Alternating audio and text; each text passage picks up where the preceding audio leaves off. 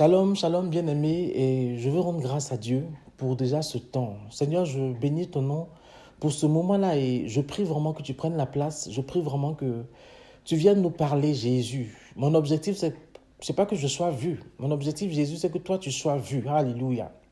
Mon objectif, c'est que ton message puisse impacter une vie, puisse toucher quelqu'un. Au nom de Jésus. Amen. Bien-aimés, j'espère vraiment que vous allez bien. Je bénis encore le nom de Dieu pour vos vies, vous qui êtes abonnés, vous qui nous écoutez, vous qui suivez. Je prie que vos vies soient bénies au nom de Jésus. Aujourd'hui, j'aimerais donner une exhortation, mais sous forme de témoignage. J'aimerais me fonder sur le texte d'Hébreux 11, verset 1. Or, la foi, c'est une ferme assurance des choses qu'on espère et une démonstration de celles qu'on ne voit pas. Amen. La foi, c'est croire que ce que Dieu a annoncé sur notre vie, il va l'accomplir. Alléluia. La foi, c'est se laisser porter par Dieu. Même si on ne sait pas où il nous mène, mais de se laisser porter par Dieu. Parce que là, lui seul sait là où il nous conduit. Alléluia. La foi, c'est croire que mon Dieu ne me laissera pas dans ma situation. Mais autant fixé par lui, il va faire quelque chose. Il va agir. Bien-aimés frères et sœurs, j'ai appris avec le Seigneur, et quand je vois la vie de ceux qui m'entourent, avec mon épouse, on a appris que Dieu ne fait rien avant son temps. Il fait toujours les choses à son temps. Quand Dieu parle, autant fixer ce qu'il a dit va s'accomplir. C'est pour cela qu'il dit que la prophétie court. Ça court vers son accomplissement. Si elle tarde à temps là, elle va s'accomplir certainement. Le ciel tarde là, ce n'est pas que Dieu va prendre du retard. Mais si le ciel tarde là, ça va dépendre de toi, ta foi, de toi, ton attitude, de toi, ton comportement. Le retard qu'une promesse de Dieu peut prendre n'est pas parce que Dieu est un Dieu de retard. C'est parce qu'au moment où la bénédiction, où la promesse, où la chose était prête à se réaliser, toi, tu n'étais pas prêt. Alléluia. C'est pour ça que ce que Dieu a annoncé n'est pas encore là. Mais ça va s'accomplir. Il faut que tu retiennes une chose. C'est qu'à un moment donné, Dieu va créer une condition. Dieu va créer une situation supplémentaire pour que ta foi puisse agir, pour qu'il puisse te repositionner dans le chemin qu'il a créé pour toi, afin que sa promesse pour toi puisse s'accomplir. C'est ça aussi notre Dieu. Et ce matin, j'aimerais vraiment que, au travers de mon témoignage, tu comprennes que Dieu veut agir pour toi. Toi qui attends un enfant depuis longtemps, toi qui as reçu des prophéties, mais l'enfant ne vient pas. J'aimerais que tu écoutes ce témoignage. Toi qui es peut-être dans une situation où on te promet le mariage depuis, les prophéties même annoncent un mariage, mais ça ne vient pas. J'aimerais que ce témoignage-là puisse t'édifier. Amen. Vous savez, mon épouse et moi, on s'est mariés en juillet 2007. Et elle était étudiante en médecine, et quand on s'est mariés, elle finissait sa 5e année, et moi j'étais aussi étudiant. Et on ne voulait pas chercher d'enfant à cette époque-là. Mais le milieu chrétien, c'est qu'il est. Dès que vous vous mariez et que les mois qui suivent, l'année qui suit, l'enfant ne vient pas, on commence à parler sur vous. Bien aimé, on a entendu dire des choses sur nous. On a médit, on nous a calomnié, on nous a critiqué, on a tout dit parce que on n'avait pas encore affaire, on n'avait pas encore d'enfant. Mais ce qu'ils ne savaient pas, c'est que ce n'était pas encore dans nos projets. Et quand Dieu a permis qu'elle puisse valider ces 6 années d'études de médecine commune, et qu'elle est rentrée en spécialisation, on a dû quitter Marseille pour venir dans le Nord. C'est là qu'on a commencé à chercher un enfant. On a commencé à chercher l'enfant en janvier 2009. Amen. Et jusqu'en 2010, on n'avait pas encore d'enfant. Et jusqu'en 2011, on n'avait pas encore d'enfant. Mais on croyait en la promesse de Dieu. On croyait en la promesse de Dieu. Et je me suis dit, mon Dieu, tu es trop fort pour que moi, je rentre dans un processus d'assistance médicale à la procréation. Voilà, je suis trop fort pour ça. Mon épouse m'a dit, mais chérie, et si on rentrait dans ce processus? Elle a dit, non, mon Dieu est trop fort pour ça. Jusqu'à ce que Dieu me fasse comprendre qu'il faut qu'on rentre dans ce processus-là, parce que c'est là où aussi il va nous guérir. Et quand on est rentré dans ce processus, j'ai vu que moi, j'avais un petit problème. Mais Dieu merci, ce problème a été réglé médicalement.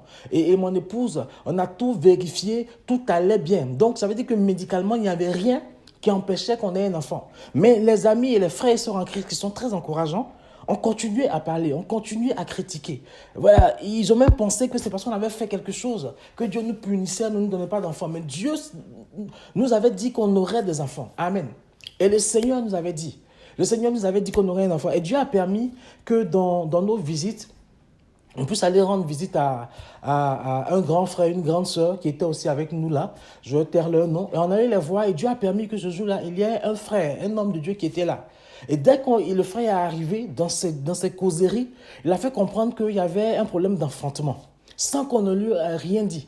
Et pendant qu'on priait ensemble, le Seigneur a révélé que ce qui se passait. On a prié pour débloquer la chose spirituellement. Et il a dit que dans l'année qui vient, là, l'année prochaine, à cette même période-là, vous allez avoir ce que vous cherchez.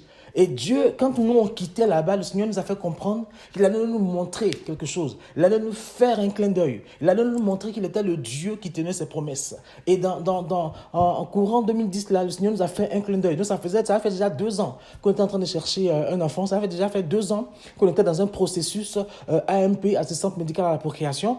Et on a eu un clin d'œil. Mon épouse est tombée enceinte. Mais ça n'a pas abouti. Ça a évolué et ça n'a pas abouti. Et pourtant, Dieu avait déjà dit, dans cette période où ça n'a pas abouti, Dieu avait montré que ça n'avait pas abouti, voilà, parce que ça c'était un clin d'œil. Mais en même temps que ça n'a pas abouti, dans les périodes qu'on suivit, il a dit qu'on aurait, on aurait un enfant. Comme mon épouse serait enceinte, elle aurait un enfant. Il a dit le prénom qu'on devait donner à l'enfant. Donc, c'est vrai que ce clin d'œil du Seigneur nous a fait mal.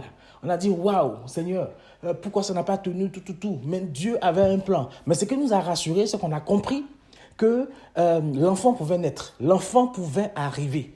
Ah, bien aimé, quand vous voyez les gens qui sont heureux, les gens qui parlent de Dieu, les gens qui prêchent, qui sont investis de l'œuvre de Dieu, ce n'est pas parce qu'ils ne racontent pas leur vie que tout va bien chez eux. Mais même quand tout ne va pas bien, ils savent que le Dieu qui leur a parlé là, il va accomplir. Donc on est déjà heureux, on est déjà victorieux, on est déjà vainqueur. Donc on manifeste la joie parce qu'on sait que ce qu'il a dit là, il va l'accomplir. Bien aimé, c'est comme ça que on a cherché ce bébé là, et Dieu nous rassurait au fur et à mesure qu'on avançait, et jusqu'à ce que un jour, il y ait ce retard-là, souhaité, ce retard-là voulu, tout en continuant le processus médical, tout en continuant les piqûres et autres. Ah, ça peut faire mal. Ça peut faire mal. Tu peux avoir l'impression que Dieu t'a abandonné. Tu peux avoir l'impression que Dieu n'est pas là. Et tu regardes autour de toi, tu vois telle personne, à peine ils sont mariés, que la femme est enceinte, telle personne, à peine ils font ça, que les choses marchent. Mais pour toi, ça dure. Tu dis, mais Seigneur, qu'est-ce que j'ai fait?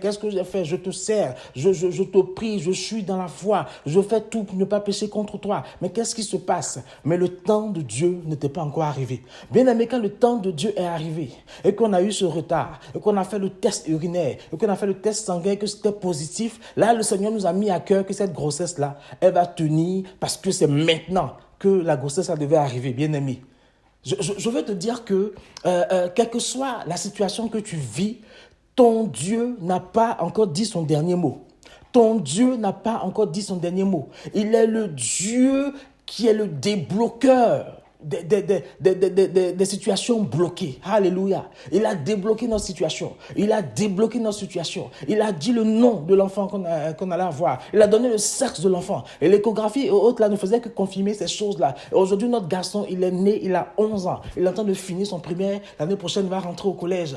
Dieu est le Dieu qui est capable de déjouer les pronostics même des médecins. Dieu est le Dieu qui est capable de déjouer les pronostics des sorciers. Dieu est capable de redorer ton blason. Il est capable de te donner un nom. Il est capable de montrer aux frères et aux sœurs qui te critiquent là que lui, Dieu, il peut te donner un enfant. Lui, Dieu, il peut te donner le mariage. Lui, Dieu, il peut te donner le travail. Je voudrais, mon frère, ma sœur, que tu ne sois point dans l'abattement, tu ne sois point dans la tristesse, mais que tu crois que ton Dieu est capable. Il est capable. Et ce témoignage que je raconte là, c'est un témoignage parmi tant d'autres que Dieu a fait pour nous. Dieu a touché nos entrailles. Dieu a touché nos entrailles. Dieu a mis la puissance, sa vie dans les entrailles de mon épouse. Elle a porté un enfant et l'enfant aujourd'hui est né et l'enfant a grandi. Alléluia. Alléluia. Donc, je veux te dire que si nous, on a cherché un enfant pendant 1 an, pendant 2 ans, pendant pratiquement 3 ans, avant de la voir, parce que notre Dieu n'avait pas dit son dernier mot, je peux te garantir, mon frère, que ce que Dieu t'a dit par rapport à l'enfant que tu as porté, il va l'accomplir. Ce que Dieu t'a dit par rapport au mariage, il va l'accomplir. Ce que Dieu t'a dit par rapport à ta guérison, il va l'accomplir. Ce que Dieu t'a dit par rapport à ton travail, il va l'accomplir. Il faut garder la foi. Ne regarde pas ton frère, ne regarde pas ta soeur, n'envie pas ton frère, n'envie pas ta soeur, mais lève les yeux vers l'Éternel. Alléluia. D'où te viendra le secours? Parce que ce qu'il a prononcé, la rabachatayandala, c'est de là que ça va venir. C'est lui qui va accomplir ces choses-là pour toi. De l'autre. Seigneur, je veux te prier pour mon frère, pour ma soeur, pour ce couple-là, Seigneur, qui attend un enfant. Seigneur Jésus-Christ, les situations sont difficiles. Ils veulent parfois perdre la foi. Ils veulent parfois se diriger même vers d'autres pratiques. Mais je prie, Jésus-Christ, que tu leur donnes d'être prêts afin que la promesse que tu leur as faite là, ils puissent voir cela au nom de Jésus. Touche les entrailles de ma soeur afin que Jésus-Christ, le prochain processus, Père éternel, puisse permettre qu'ils aient un bébé au nom de Jésus. Voici ma soeur éternelle, Seigneur Jésus-Christ, qui est en train de s'attrister, qui est en train de pleurer, qui est en train même, Seigneur Jésus-Christ, de vivre une situation difficile parce que Seigneur se dit que son âge avance et qu'elle n'arrive pas à se marier. Mais Seigneur, je prie, oh là, Seigneur, que tu permettes qu'elle soit prête afin que Seigneur, cette promesse que tu lui as faite là, elle puisse recevoir cela au nom puissant de Jésus. Tu ouvres la porte pour le travail, Seigneur, de mon frère éternel des armées. Seigneur, ce travail-là qui est bloqué, qui n'arrive pas à se débloquer, Seigneur, tu débloques cela au nom puissant de Jésus de Nazareth. Alléluia. Seigneur, voici ma soeur, où elle est ta servante, Père éternel, mais elle n'arrête pas d'aller de fausse couche en fausse couche. Seigneur, ces grossesses ne tiennent pas. Ces grossesses ne tiennent pas. Oh mon Jésus. Merci Père éternel. Parce que Seigneur, tu la libères. Tu la libères, Seigneur Jésus-Christ. Oh Seigneur, je vois ce qui se passe. Je vois ce qui se passe. Mais Seigneur, ce processus-là qui a été fait dans le monde spirituel, afin qu'elle n'ait pas d'enfant, je prie que cela soit détruit au nom de Jésus. Et que la vie de Dieu, Père, lui donne d'avoir cet enfant-là. Au nom puissant de Jésus de Nazareth. Tu es le Dieu qui débloque les situations. Tu es le Dieu qui guérit. Tu es le Dieu qui libère. Tu es le Dieu qui délivre. Je prie, Père éternel, qu'on puisse rendre témoignage de ce que tu as débloqué des situations aujourd'hui. Au nom de Jésus. Amen. J'ai voulu vraiment te rendre ce témoignage à cette forme d'exhortation pour que tu vois que ton Dieu est capable. Ton Dieu est capable. Beaucoup de choses se font de nos jours. On veut vraiment dévier les chrétiens vers les solutions rapides, vers les solutions qui vont vite, parce qu'on veut vite percer, on veut vite avoir ce que Dieu a dit. Mais laisse le temps au Seigneur, laisse Dieu te préparer, laisse Dieu définir les conditions autour de toi pour que cet enfant-là vienne, pour que ce mariage-là vienne, pour que ce travail-là vienne, pour que ce truc-là que tu attends vienne. Laisse Dieu le faire. Et je prie que vraiment Dieu te donne de le laisser te malayer et tu verras sa gloire. Ne doute pas, mon frère, ne doute pas, ma soeur, parce que Dieu n'a pas encore dit son dernier mot dans la situation que tu vis. Dans la situation que tu vis. J'avais préparé un message pour aujourd'hui, même 2 messages que j'allais faire successivement. Mais le Seigneur a voulu que je parle encore de cette forme de foi-là en racontant mon propre témoignage. J'ai vu Dieu agir, j'ai vu Dieu agir, j'ai vu Dieu débloquer la situation. Alors que quelqu'un avait décidé qu'on n'aurait pas d'enfants, Dieu dit que c'est pas ce que moi j'ai dit. Moi j'ai dit que vous aurez des enfants et vous aurez des enfants. Bien aimé, on a suivi le Seigneur, on a suivi le processus médical qu'il nous a conseillé de suivre. On n'est pas allé prendre d'autres choses, on n'est pas allé voir d'autres personnes. On allait voir le médecin, on a prié Dieu. Aujourd'hui, nous avons 2 enfants, alors que quelqu'un avait dit qu'on n'aurait pas du tout d'enfants. Bien aimé, je veux vraiment t'inviter à donner ta foi à Jésus, à croire en Jésus, à croire en sa capacité à te libérer, parce qu'il est le Dieu